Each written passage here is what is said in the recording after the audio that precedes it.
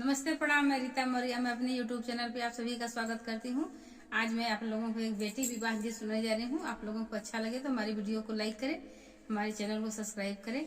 आप लोगों से रिक्वेस्ट है कि वीडियो को फुल देखें। आप लोगों को पूरा वीडियो सुनने के बाद ही हमारे इस गाने का मतलब आपको समझ में आएगा। आपसे रिक्वेस्ट है कि वीडियो को जरूर पूरा देखें।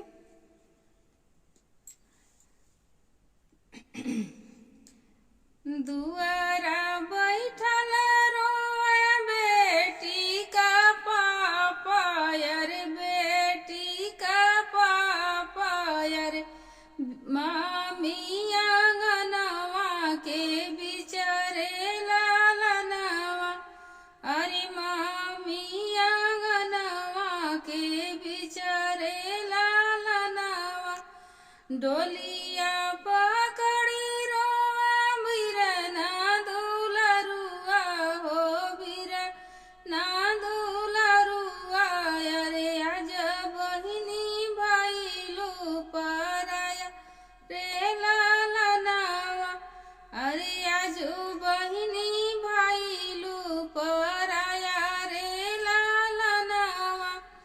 जाऊ जाऊ भैया हो माई समझाया यार, मम्मी समझाया यार। पापा के लिहा संभाली रे लालनवा, अरे पापा के लिहा संभाली रे लालनवा। फिर लौटी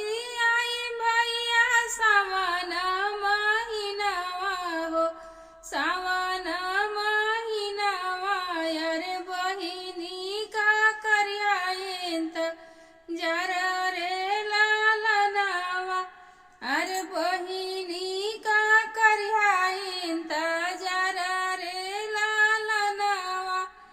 एक ही कोखिया भैया लिहाली जनमवा यार, लिहाली जनमवा यार। कैसन विधाता लिखा भाग्य रे लालनवा। एक ही कोखिया भैया लिहाली जनमवा हो, लिहाली जनमवा यार। कैसन विधाता लिख भाग्य रे लालनवा।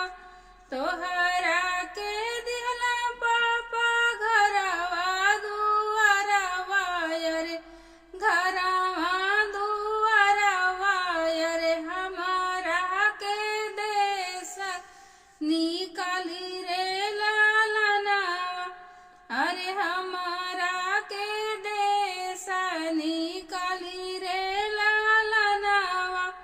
धन्य हमारे